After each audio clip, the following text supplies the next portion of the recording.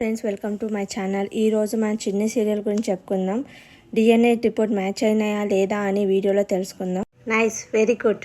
కూర్చోండి మేడం. మీరు కూడా వచ్చారేం సత్యం బాబు? అంటే చెల్లెల్ని ఒంటరిగా పంపడం ఎందుకని మీరు కూడా వచ్చారా? చెల్లెలు కాదు సార్, చెల్లెలు లాంటి ఒక ఒంటరి ఆడపిల్ల తను ఒంటరిగా వస్తుందని నేను వచ్చాను తోడుగా. ల్యాబ్ రిపోర్ట్ తీసుకొని తను బయలుదేరానంట సార్. ఎంతసేపు పడుతుంది? 10 minutes పడుతుందంట సార్. ఓకే.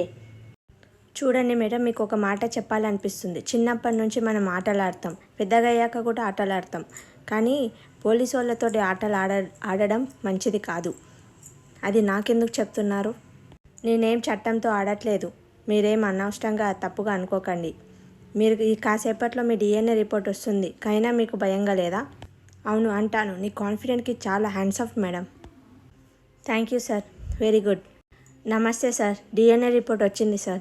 ఏమైంది సార్? తను కావేరి కాదు అని ఉంది. మీ డాక్టర్ గారితో నేను మాట్లాడాలి. సార్, ఏం సార్, మీ డిఎన్ఏ టెస్ట్ మ్యాచ్ అవ్వలేదు కదా? అవును, ఎందుకు మ్యాచ్ అవ్వలేదు? 100% మ్యాచ్ అవ్వాలి కదా, ఎందుకు మ్యాచ్ అవ్వలేదు?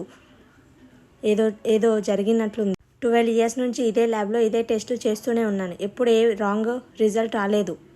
మీకు అంతగా ప్రాబ్లం ఉంటే మీరు హైదరాబాద్ ల్యాబ్కి వెళ్ళి టెస్ట్ చేపియండి. డాక్టర్ గారు కన్ఫామ్గా చెప్తున్నారు మీ డిఎన్ఏ మ్యాచ్ అవ్వలేదని. ఇప్పుడు మీరు కన్ఫామ్గా ఒప్పుకుంటారా సార్ నేను కావేరిని కాదు ఉషానని?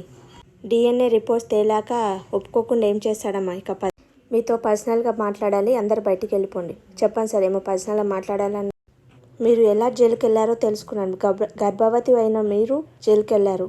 మీరు ఎలాంటి పరిస్థితుల్లో జైలుకి వెళ్ళారో అన్నీ తెలుసుకున్నాను. కూతురికి దూరమైన మీరు ఎంత బాధపడుతున్నారో తెలుసు. బిడ్డకు దగ్గర అవ్వాలని మీరు తహలాడుతుంటే అదృష్ట శక్తి మిమ్మల్ని కాపాడింది. ఆ అదృష్ట శక్తే మీకు కాపాడుతుందని అది కూడా తెలుసు. ఫైనల్గా ఒకటే చెప్పాలనుకున్నా, మీరు అనవసరంగా కేసులో ఇరుక్కుంటే, మీరు అనవసరంగా కేసులో పడి ఉంటే మీరు ఎలా ఆ కేసుని నేను నిరూపించుకోవాలని చూడాలి తప్ప ఇలా పేరు మార్చుకొని ఐడెంటిటీ మార్చుకొని చట్టాన్ని ఇలా మోసం చేయడం చాలా తప్పు. నిప్పుతో చెరగాటం ఆడడం, అదే చట్టంతో ఆడుకోవడం మీకే ప్రమాదం. స్పోర్ట్స్ కోటాలో వచ్చా, నాతో గేమ్స్ వద్దురా బచ్చా అని అనాలనుకున్నా కానీ మీరు పెద్ద పోలీస్ ఆఫీసర్ అయ్యారు. చట్టంతో గేమ్స్ ఆడేది నేను కాదు, మీరు ఆడుతున్నారు. నాతో అనవసరంగా గేమ్స్ సో మీరు తొందరగా గేమ్ ముగిస్తే మంచిది. ఇక వచ్చిన పని నా పూర్తి అయిపోయింది. ఇక నేను బయలుదేరుతాను. చిన్న ఈ చైన్ని నీ మెడలో వేసుకో. అయ్యో నాకెందుకు నాకొద్దు. నా ఫ్రెండ్షిప్ గుర్తుగా నీకు గిఫ్ట్ ఇస్తున్నాను, తీసుకో. మీ మామయ్య ఒప్పుకుంటే సరిపోతుందా? మీ టీచర్ అమ్మ కూడా ఒప్పుకోవాలనా? నేను ఒప్పుకుంటే అవసరం లేదు సార్. వాళ్ళ మామయ్య నువ్వు బాగా చదువుకొని మీ మామయ్యకి మీ టీచర్ అమ్మకి మంచి పేరు తీసుకురావాలి. మళ్ళీ మనం ఎప్పుడు కలుస్తాం. కలవాల్సిన పరిస్థితి వస్తుంది. అది ఎప్పుడని వచ్చాకనే తెలుస్తుంది. హాఫ్ పడితే కానీ నా బాడీ పనిచేయదు. వింది భరించడం కన్నా డబ్బులు ఇచ్చేస్తే అయిపోతుంది. హలో మిస్టర్ గ్లాస్మేట్, ఏంటి ఇలా వచ్చావు? బాలరాజు ఏం చేస్తాడంటే డాక్టర్ వాళ్ళ అసిస్టెంట్ ఉంటాడు కదా, అతన్ని తాపుపించి ఆ డిఎన్ఏ బ్లడ్ శాంపిల్స్ అన్ని చేంజ్ చేస్తాడనమాట. చేంజ్ చేసేస్తే అతను వాళ్ళిద్దరు వెళ్ళి తాగనీకే వెళ్తాడు. అలా డిఎన్ఏ రిపోర్ట్ అనేది మ్యాచ్ అవ్వలేదు.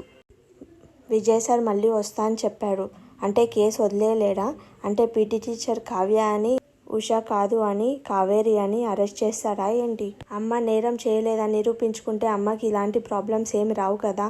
అమ్మని ఎందుకు జైల్లో పెట్టారు? అమ్మ ఏం తప్పు చేసిందని జైల్లో వెళ్ళి అమ్మని అడుగుతాను. అమ్మని అడిగి ఇబ్బంది ఎందుకు పెట్టాలి? అమ్మని ఏ నేరం కింద అరెస్ట్ చేశారో ఒకసారి తెలుసుకుందాం. అమ్మ నిర్దోషి అని నిరూపిస్తే అమ్మతో మంచిగా ఉండొచ్చు. ఎలా తెలుసుకోవాలి? ఎవరిని అడగాలి? రాజు వల్లనే కదా అమ్మ జైలుకి వెళ్ళింది. రాజుకు అడిగితే అన్ని విషయాలు తెలుస్తాయి. ఇంకెన్ని రోజులు నువ్వు అజ్ఞాతవాసం చేస్తావురా? వెళ్ళి కావేరికి చెప్పు నేనే సాయం చేస్తున్నా అని. ఎన్ని రోజులు ఇలానే చీకట్లో ఉండిపోతావు? తనకు ఎలా తెలుస్తుంది నువ్వు సాయం చేస్తుంది నువ్వే అని? నువ్వు చెప్తేనే కదా తెలుస్తుంది. వెళ్ళి మీ ముగ్గురు కలిసిమెలిసి ఉండొచ్చు కదా.